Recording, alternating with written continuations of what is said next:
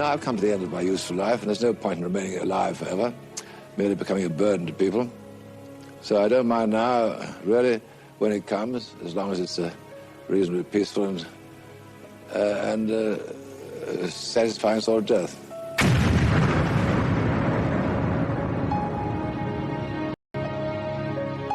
The blast was so powerful that the rubber soles were torn away from the canvas uppers of the shoes.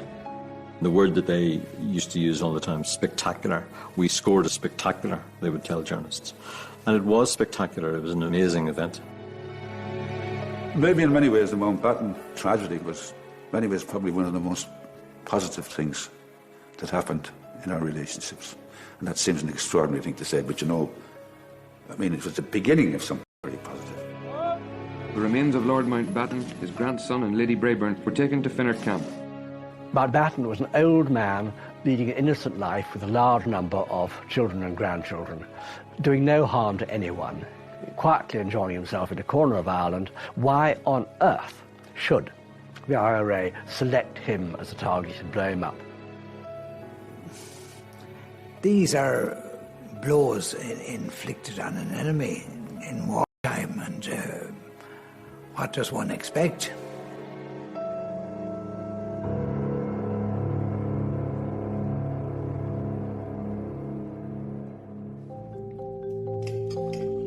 In August 1979, Lord Mountbatten of Burma was enjoying the final days of his annual holiday at his home on the west coast of Ireland.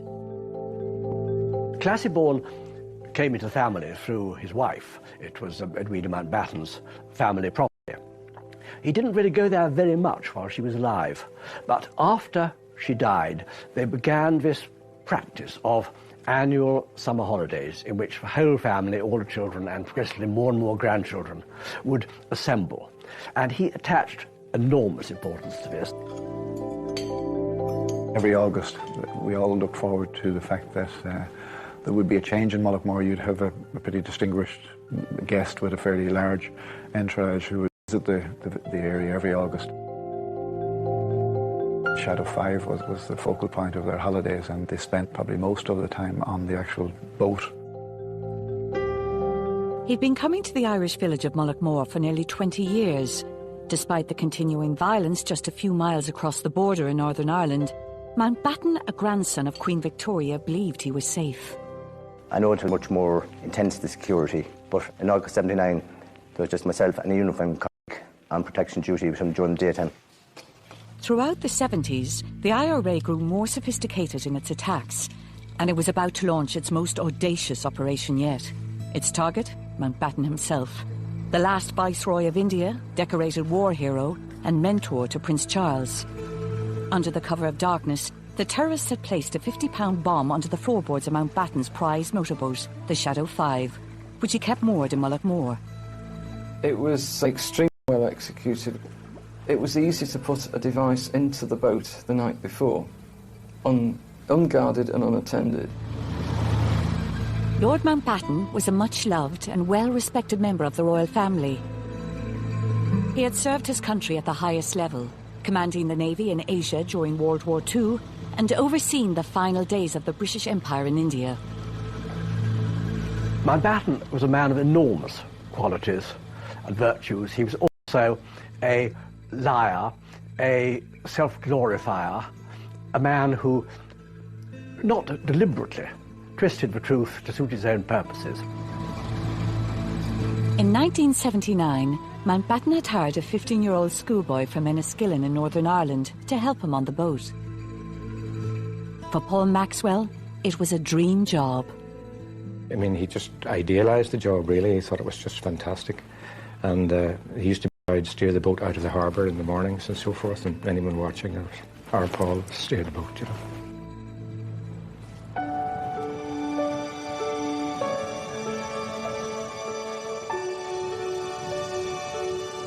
For over 400 years, Classy-born Castle has dominated the skyline over Mullaghmore. Built by a former British Prime Minister. During the 1960s and 70s, it was the ideal location for Mountbatten to escape the formality of life as a royal. Classiebawn was for him almost a sacred place because it was the last redoubt in which a family could gather and lead a totally normal family life with no pomposity, no formality, and yet all the kind of hallowed observances which go with regular family holidays. I think without his life in Classiebawn, his whole existence as a family man would have been immeasurably impoverished. The visits had become so regular that by the late 70s the royal party caused little disturbance to the sleepy coastal village, and the locals welcomed the employment that came with its arrival. I had a job at Classiebawn Castle. I worked there every summer. Very great man indeed, but at the same time he was a very ordinary and natural person. He spoke with everybody. Everybody liked him. He always seemed to have people looking where he was. There was always interest in him, wherever he went. Lord Mountbatten's security was assessed by the authorities in both Dublin and London. But despite the continuing troubles in the north, neither government was aware of any specific threat and advised him he was safe to travel to County Sligo. We had no inhibition or anxiety at all because we knew that he was a very welcome visitor down there, and we were very anxious to ensure that he would always come back and welcome it. It was, after all, a family place. He was very, very ill-advised to be going there every August. What was he thinking about? And what were his security advisors thinking about? Lord Louis Mountbatten was Prince Philip's uncle, known affectionately as Dickie. He was a prominent member of the British royal family. Mountbatten was a central part, almost, of the post-war royal family. He, in terms of ranking in royal status, he was not particularly high, but they knew how loyal he was, how affectionate he was, and usually, on most issues, how right he was. And I do think he was greatly valued by everyone in the royal family. The Prince of Wales was extraordinarily close to Lord Mountbatten. He used to refer to him as his honorary grandfather and almost treated him as such, especially since he hadn't got a grandfather of his own. And he loved Mountbatten, he revered Mountbatten, he argued with Mountbatten, certainly, but he respected enormously Mountbatten's views, his opinions. He listened to him as he listened to nobody else. And Mountbatten was an extremely good influence in the Prince of Wales's life. From an early age, it was clear that Mountbatten would follow his father to serve his country on the high seas. He rose through the ranks, and during World War II, came to the attention of Winston Churchill, who spoke of his admiration for Mountbatten. Churchill admired courage, he admired enterprise, he admired imagination, and Mountbatten had all those in buckets. The personal high point of the war came in Singapore when he received the Japanese surrender. They needed somebody who was a bit flamboyant and who would raise the morale of what had been a rather depressed and beaten army. New Delhi airfield and the arrival of the Viceroy designate. It was because of this experience in Asia that in 1947 the then British Prime Minister, Clement Attlee, appointed Mountbatten as the Viceroy of India, a role that would test all his political and military skills. When Mountbatten arrived in March 1947, someone described India to be like a ship on fire in mid-ocean with ammunition in the hold. So a very volatile, bloody, unstable political situation. And what Mountbatten had was understanding of how to handle a very difficult diplomatic situation. How do we get these leaders of different political parties who have not been able to sit together on a table to discuss things in the lead up to 47? How do you get them around the table, and how do you get them to accept a compromise solution? And Mountbatten was possibly, I think, one of the best candidates to do that. Inevitably, he made enemies. Inevitably, people thought he was being unfair, favouring one side or the other. But given the horrors that were possible I feel only admiration for him. Attlee's brief for Mountbatten was clear: get Britain out of India. But the ideal plan of leaving behind a united continent quickly slipped away. And as the British withdrew, the mass migration across the new boundaries between India and Pakistan resulted in bloodshed. If you look at how partition came about, it was always going to be messy. It is impossible to expect that in the space of a few weeks, a subcontinent could be divided without rupture and bloodshed. But the scale of the bloodshed possibly took almost everyone by surprise. Little was Lord Mountbatten to know that just over 30 years later, in a different part of the world, he himself would become victim of the violence and bloodshed born out of another contentious border. By 1979, Northern Ireland was already into its second decade of routine violence and seemingly intractable conflict. You had this daily diet of violence. Nobody knew what was going on, and everybody kept saying, this is getting worse and worse. There was the famous phrase at the time was, this is going to get worse before it gets better. Despite the continuing violence in Northern Ireland all through the 70s, Mountbatten and his family continued to make their annual pilgrimage to Moor in the Republic of Ireland. Mountbatten knew that for him, a celebrity like him, with royal connections and a military background, he would consult the authorities in London. Every time they said, yes, of course, we accept the fact it is the faint possibility of a risk, but we believe you could safely go. He so much wanted to go, in a way, that even if they'd been more discouraging, I think he might well have gone. But as it was, he did go with official blessing. Looking back with hindsight, it's absolutely extraordinary to think that a member of the royal family should, in the middle of a violent Republican campaign, should think that he would be safe and sound in holidaying in Ireland. I was aware of his presence there back in the very early 60s, 60 or 61, when I was in charge of the IRA. And an application came from a unit operating in West Fermanagh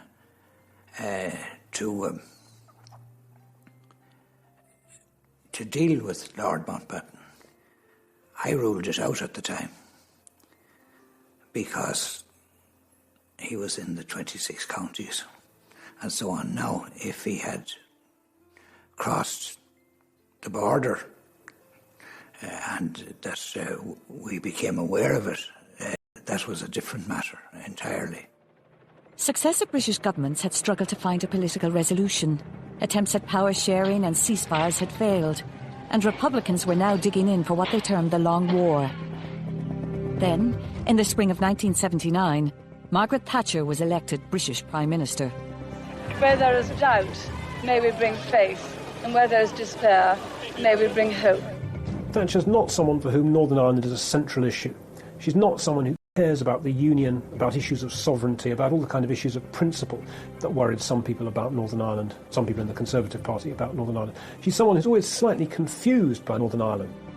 Margaret Thatcher had first-hand experience of the violence, losing one of her closest political friends, the MP, Archie Neave. A bomb exploded under his car as he left the House of Commons during the British general election in 1979. It was an attack that left its mark on Thatcher. They must never, never, never be allowed to triumph. They must never prevail. Archie Neave had been very important to her, both in her candidature, in her becoming a candidate to be leader of the Tory party and so eventually Prime Minister, and then in forming her views about Northern Ireland, about which I think she knew very little at first hand, as it were, until that time. And she was still conditioned by what she had learnt from Archie Neave. What she does have is a very strong notion of terrorism, and she sees Northern Ireland really as top of Margaret Thatcher's political priorities. However, the IRA, growing more and more sophisticated in its attacks, was determined to put it on her agenda. At the beginning of the Troubles, IRA people were pouring petrol into milk bottles, putting a rag in, setting fire to it and throwing them at the soldiers. Years passed and they started to get fertiliser, agricultural fertiliser, and grind it down and made a bomb with something it off and sometimes didn't. Then they got Jellygnite and so on. But then by the late 70s, they were into new technology, very worrying for the authorities. In 1979, the IRA made a technological breakthrough that breathed new life into its campaign. Members of the South Armagh Brigade had come up with a new way to detonate explosives, which would later prove devastating in the attack on Mountbatten. What the IRA started to do was to take out the mechanism which you have in hobby products like toy boats and model aircraft and adapt that in a bomb to make it go off when you literally set it off with a remote control. This particular method would set in train a whole new challenge for the British Army and the security forces in trying to counter what was highly skilled and highly technical way of setting a bomb off. Because this involved electronics, it meant that they'd come onto a completely new level of ingenuity and skill and training in being able to make such devices. Up until the mid-70s, the IRA claimed to operate under a policy that banned all military operations in the Republic of Ireland. Despite the situation in Northern Ireland deteriorating, it remained a world away from Mullaghmore. I could honestly say that Mullaghmore up to that stage certainly wasn't touched. Of course we're aware of the happenings in Northern Ireland because we're within 17, 18 miles of the border, but we weren't certainly any more conscious than any other part of the country. In July 1979, the Maxwell family were settling into their holiday when they were approached by a local woman who asked if their son Paul would be interested in a summer job. She was given the job of trying to find somebody who would act as a boat boy for the summer, basically. And she asked me if Paul would be willing to do it. And I asked him, and he was really over the moon about it, and he got the job. Lord Mountbatten had local boat builders construct the Shadow 5 to his own specifications. Prior to his arrival, locals would prepare the boat for him, and throughout the month of August, he took to the water almost every day. It's a very, very well-maintained boat with an actual toilet installed, which was unusual for boats at that stage, and quite a lot of navigational and radio equipment installed as well. Coming from Northern Ireland, John Maxwell was used to the constant threat of violence, but in Mullaghmore, he believed his family was safe. Well, initially when Paul took the job, I had some concerns about it, but Paul was so keen on it that I didn't like to, and I thought to myself, well, the security, if somebody wants to take Mountbatten out, they could do it in another way rather than involve small kids or anybody else that was with them at the time. And I thought the risk didn't seem to be all that high anyway. In previous years, there was full-time protection on the boat while it was berthed in the harbour and not in use. But in August '79, that protection had been removed, I think possibly at the wishes of Lord Mountbatten. He wanted minimum security, and there were routine patrols by local patrol cars from maybe Kinlough, Bundoran, Ballyshannon, Sligo, patrolled the harbour and the surrounding areas and the main Sligo to Donegal Road on a regular basis.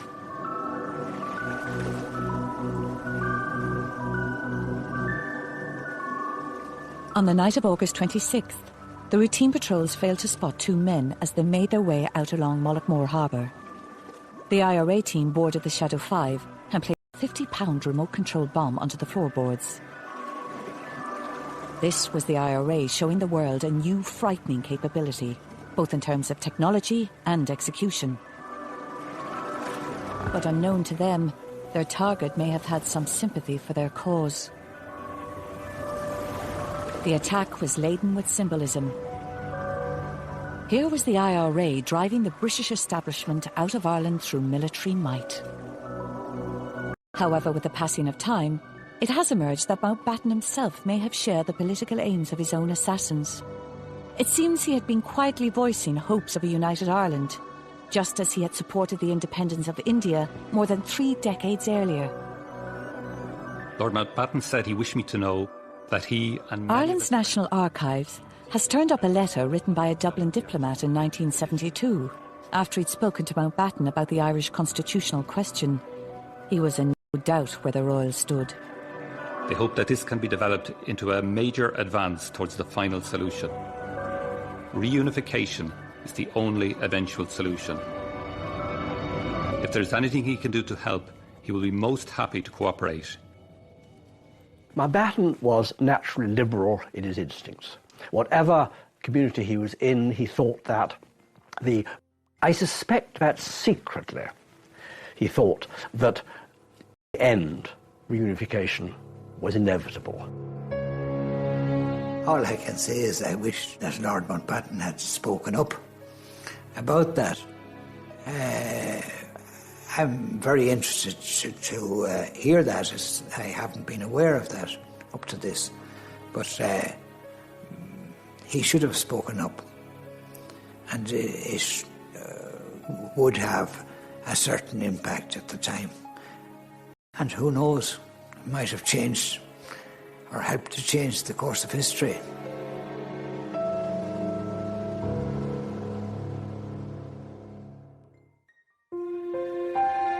For Enniskillen teenager Paul Maxwell, the summer of 1979 had given him a dream job working as a boatboy for a member of the royal family. Lord Mountbatten, the last Viceroy of India, spent each August in Mullaghmore, County Sligo, and on the morning of August 27th, both were nearing the end of their holidays. Paul got up as usual in the morning, and we had another couple of kids staying with us at the time, and he called one of the girls a fat lump, and which really annoyed her. And then he went out and he headed across the fields up to the castle. It had been a dreadful summer. Weather-wise, it was just about as bad as you could get. And that date in August was the bank holiday weekend in the UK. And that Monday morning was an absolutely beautiful Monday. The weather was terrific. Beautiful morning. Lord Mountbatten always brought with him a large party of family and friends, and they were keen to make the most of the arrival of the good conditions. Approximately 9:30, Lord Mountbatten, after his breakfast, came out and had a brief conversation with me. He informed me that later that day, he gave no specific time, that he and his party would be going out on board Shadow 5 for a trip to examine the lobster pots. As luck would have it, I went down to collect a paper later on in the morning, and I was watching him across on the other side of the harbour, and he was in the boat. He was sort of getting it ready to go out. And I came out from buying my paper, and he looked across, and I waved at him, and he waved back. That was the last time I had any kind of contact with him. Meanwhile, back at Classiebawn Castle, preparations were underway for the trip on Shadow 5. About 11 o'clock at that, the party were in and out and loading the car with picnic basket and various items.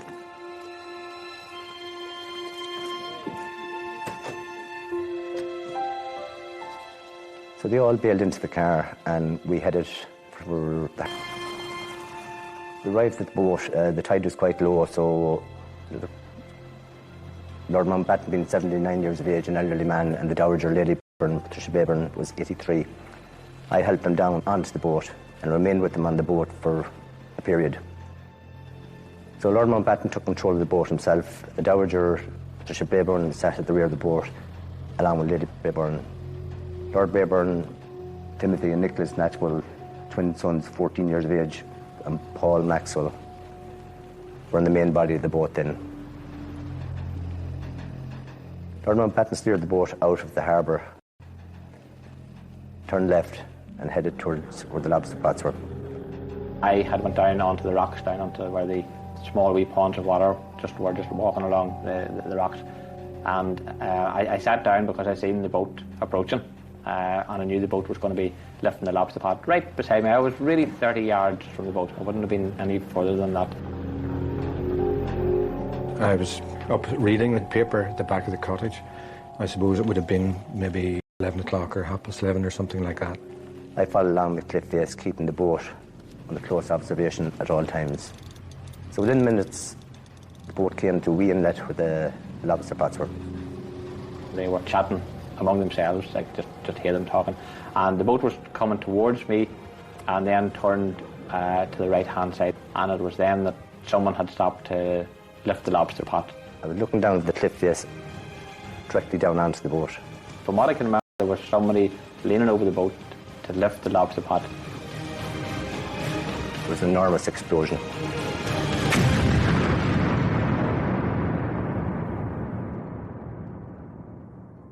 It just riz clean out of the water. It went straight up into there. It didn't spread out at all. It just went straight up. And it seemed to go up into the air for about, to me, like 5 seconds before there was another merciful explosion.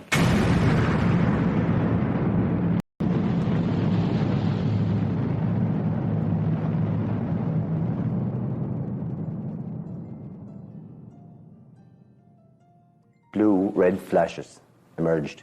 A massive, mushroom-like cloud of smoke came up in front of me. I was there. I don't believe this. This isn't happening. It hasn't happened. Yet I realised it had happened right before my very eyes. When the smoke settled, all I could see was debris, life belts, pieces of timber floating on the sea. The sea was still dancing. In a million pieces, basically. But people screaming in the water and shouting, and I just remember that very clearly, you know, the shouting and the screaming in the water. I kind of knew straight away that it was a bomb. And I jumped into the car, and there was a Garda there. And he confirmed that it was, you know, Mountbatten's boat, and I thought, gosh, nobody could have survived that. And I kind of lost the head to some extent, I suppose, for want of a better way of putting it, and thought to myself, I'll climb down this cliff face and I'll see if I can find any sign of Paul in the water. We had to hold him. The field was just on the edge of a cliff, and there was nothing but rocks below. If he had to jump, he would have jumped to his death. And he was so distressed. He could hear the shouts in the water too, not knowing, I suppose, if that was his son or who it was. And it was, you know, it was all very frightening. At that stage also, quite a lot of boats that had been in the vicinity of the explosion itself had gone to the scene, and they were starting to remove the survivors and the casualties from the water. I met a man on the harbour, and he said, there's some survivors of this, and one of them is Paul, and he's in the Pierhead Hotel. So I felt a fantastic sense of relief at that point, and ran into the Pierhead Hotel and went up and saw this boy lying. The twins, the Natchbull twins, were fair-haired, like Paul, and at first I thought it was Paul, but it turned out that it was Tim. And that was a huge letdown, of course, because then I had to start looking for Paul again. I went back down onto the harbour, and there was a boat there, and a man I know said that he had Paul's body in the boat. So I went onto the boat. Paul was just lying there, and his head was in a bucket of mackerel. And I picked him up, and his body was still warm. So I thought he might be alive, but he wasn't. Lord Mountbatten died instantly in the attack, along with one of his grandsons, Nicholas Snatchbull. Another member of the party, Baroness Brayburn, would die the following day from her injuries. For Mountbatten, if he had gone alone, it was just about the perfect ending. He was nearly 80, he knew he was growing old, he hated growing old. He was at sea, he was doing what he loved most. He was blown up at sea by Her Majesty's enemies. The tragedy was that these other totally innocent members of his family went along with him, and that would have obviously caused him the deepest regret. The transformation from early morning Mullaghmore to midday in the afternoon couldn't have been more stark.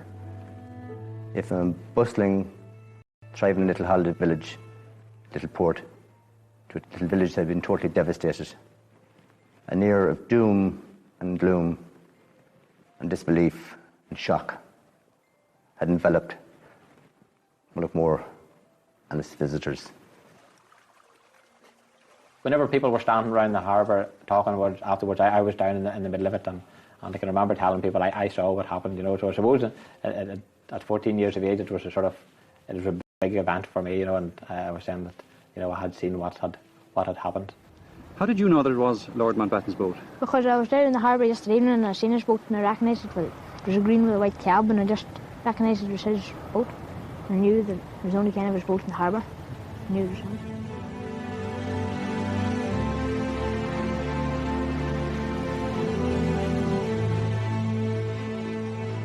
In military operations, things change very quickly from time to time, and sometimes on-the-spot decisions have to be taken. And I don't know what the decision-making process was in that regard. But I regret the deaths of the civilians. I went into the morgue and I had a closer look at him in the morgue. His body was covered up, so I didn't see the injuries anymore, but his face was little pock marks on his forehead. And I went to stroke his hair, but it was sticky with seawater and oil, and it wasn't a pleasant feeling.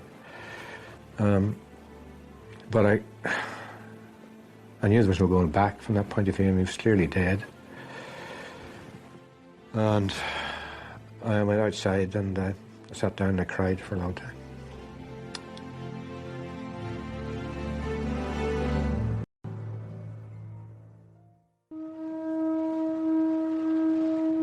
In August 1979, the IRA had struck right at the very heart of the British establishment with the killing of Lord Mountbatten of Burma while he was on holiday in Ireland. The scale of the human tragedy very quickly became a political crisis in London and Dublin as news emerged of the unprecedented atrocity. It was in holidays in Lange, coming in from the golf course, when somebody ran up to me and said, "Did you hear what has happened? Did you hear?" I said, "No, I haven't an idea, but I never knew." And my immediate reaction was to get back to Dublin as fast as I could. And the news was about to get a whole lot worse. 2 hours after Mountbatten, the IRA again used its remote control technology to kill 18 members of the Parachute Regiment at Warren Point in County Down. The attacks had been planned and executed with ruthless precision. Separately, these were two of the worst, the most awful attacks of the Troubles, with civilians and an old man dying in one attack and a lot of soldiers dying in the other. Separately, they would have still have been a tremendous shock, but together, it was almost mind-blowing, to use the word that was used in those days, that the IRA, which it seemed to be a bit dipping down, could manage this. It was a huge moment where everybody realised that the Troubles weren't just gradually going away, that this had arrived, that these people were so ruthless. The Irish Prime Minister had cut short a holiday in Portugal and was on his way back as the rest of the cabinet met in emergency session. It was a very steamy sort of an atmosphere. The enormity of these deaths and all this violence was fairly well accepted, realised and accepted on the Irish side. Margaret Thatcher's immediate response was to fly into the north to visit the injured soldiers and to walk the streets of Belfast in an attempt to reassert her government's control. Lord Mountbatten was Britain and Britain was Lord Mountbatten. She had to make an immediate reaction as Prime Minister, and that was designed to reassure opinion in Northern Ireland. I don't think she, at that stage, saw that much was likely to come from cooperation with the Irish government. I think she thought that the Northern Irish situation had to be dealt with by the British government in Northern Ireland. And the other developments came later. There's always a bit of the ambulance chaser about Margaret Thatcher. You know, she likes dramatic incidents with victims she can visit, and of course does go and visit the victims of Warren Point. And that, therefore, kind of fits in with the way she approaches Northern Ireland, always as a series of kind of discrete little episodes, rather than as a problem to which she has some overall view. 2 weeks later, the Irish Prime Minister was in London along with several members of his cabinet for the funeral of the British Royal, murdered in their territory. I think it's an awful thing to be sad at funerals. I hope people won't cry. They must remember that all my life I've enjoyed a joke, I've enjoyed the fun of life, and I'm going to enjoy the fun of dying, and I'm only sorry I won't be there to see the fun of the funeral. Walking to the Abbey that morning, we just walked because we were early, and there were crowds of people passing. And what struck me particularly was the venom.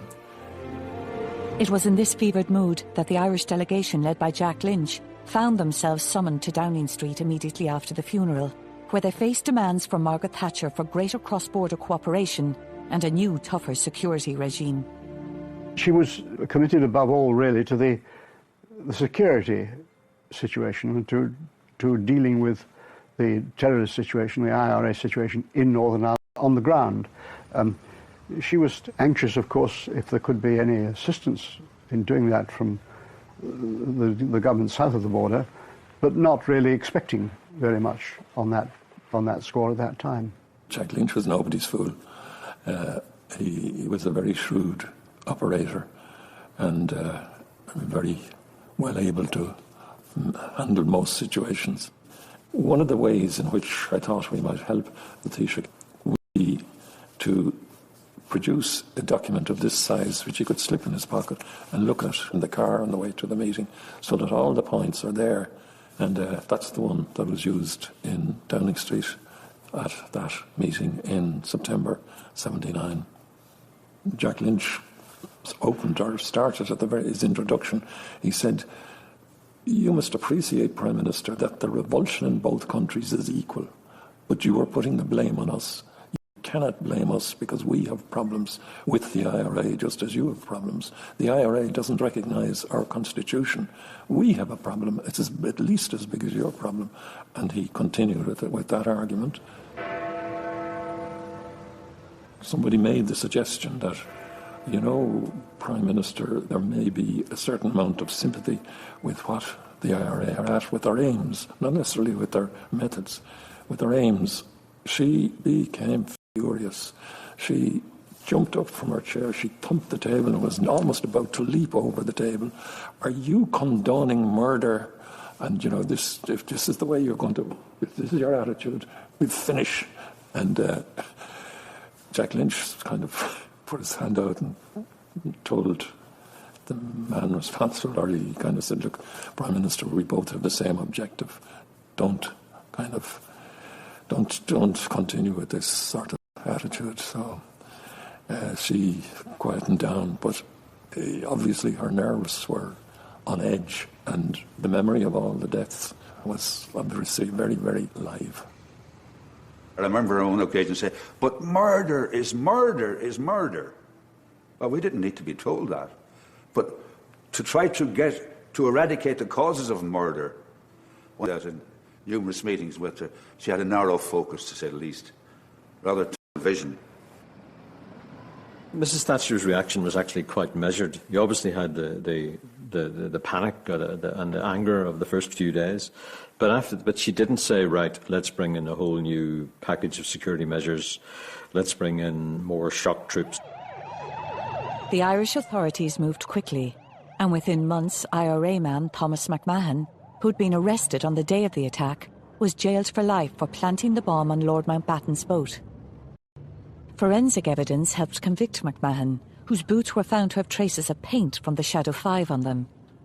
We realised, we just can't react and give these fellas the right to have us all on the back foot reacting to what outrages of that nature. If we do, we'll never make progress. Never. We might as well give up the business of government and say, "OK, you guys, come on, take it over." That wasn't going to happen. Never did. The political fallout of the IRA attack ushered in a greater understanding of the Northern Ireland troubles between both governments. Only a few months into her first term as Prime Minister, and having to deal with the assassination of a prominent member of the royal family and the massacre of 18 soldiers, Mrs. Thatcher began to realise that security measures alone would not solve the situation.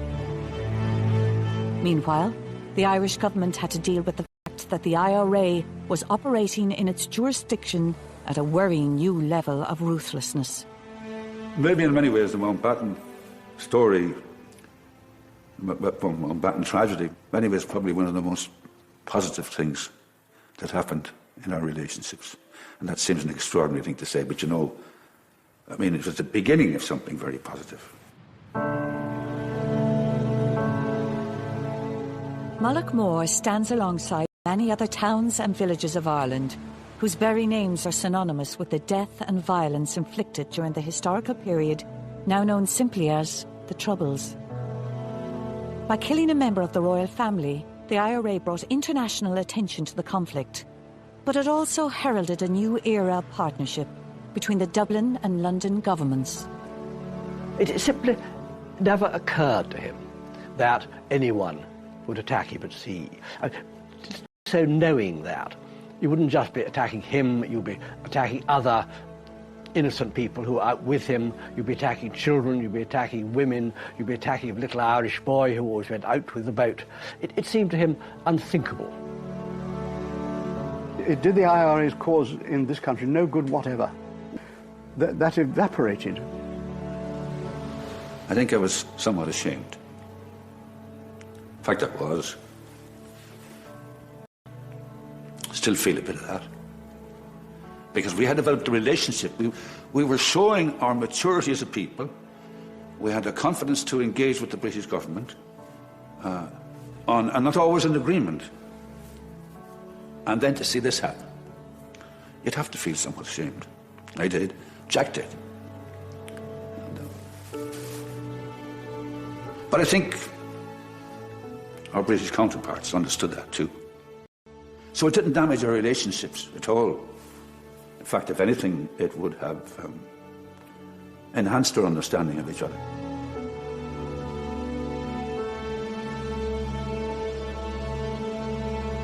Their feats are legendary, serving as a blueprint for warfare thousands of years later.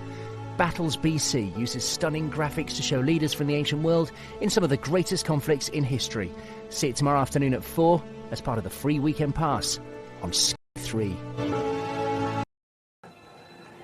He always seemed to have people looking where he was. There was always interest in him, wherever he went.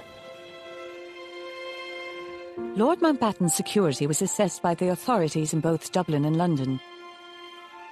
But despite the continuing troubles in the north, neither government was aware of any specific threat and advised him he was safe to travel to County Sligo. We had no inhibition or anxiety at all because we knew that he was a very welcome visitor down there, and we were very anxious to ensure that he would always come back and welcome it. It was, after all, a family place. He was very, very ill-advised to be going there every August. What was he thinking about? And what were his security advisors thinking about? Lord Louis Mountbatten was Prince